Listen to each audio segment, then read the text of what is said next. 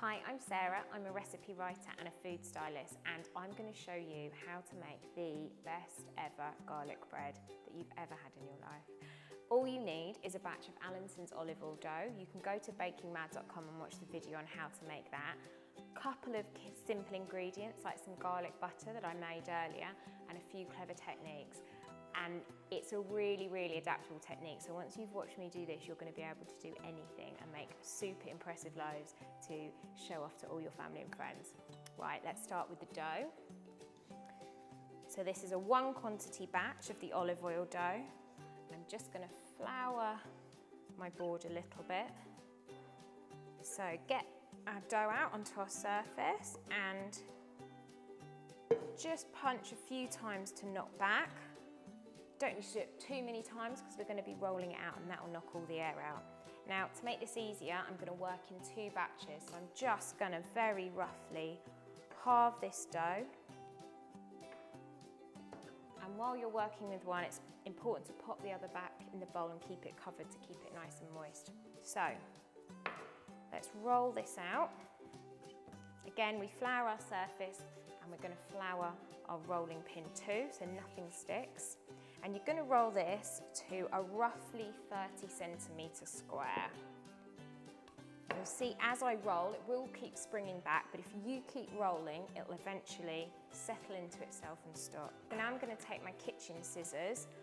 This is the easiest way to do this. I don't bother using a knife again. Flour the blades of your kitchen scissors a little, and then we're going to cut this square into 9 roughly even pieces. So think of it like a noughts and crosses board.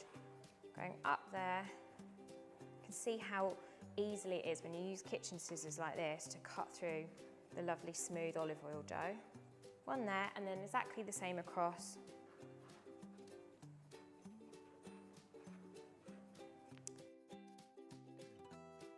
So get some of your garlic butter and just spread some over each slice. Again, be really rough and ready with this. The rougher the better.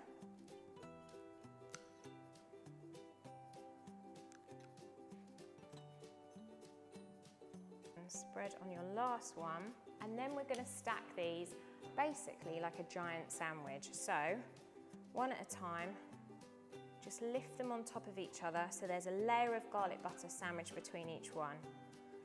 Now I'll do half first of all, and we're going to lift this sandwich in and flip it so it stacks upright.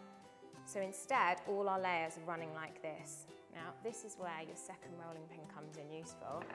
So these don't fall down in the tin while you're working with the others, it's easier if you just prop it up like that and they'll just stay flat.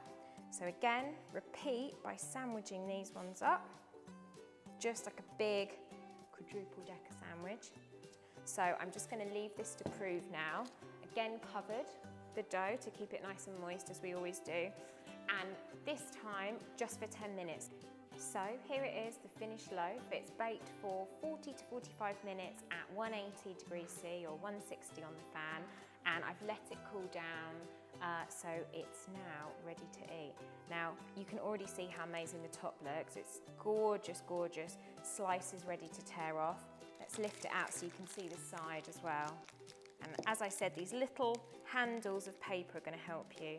So you can pull it out like that in front of your guests, and how amazing does that look? Just go to Allinson on bakingmad.com for lots more inspiration of fillings.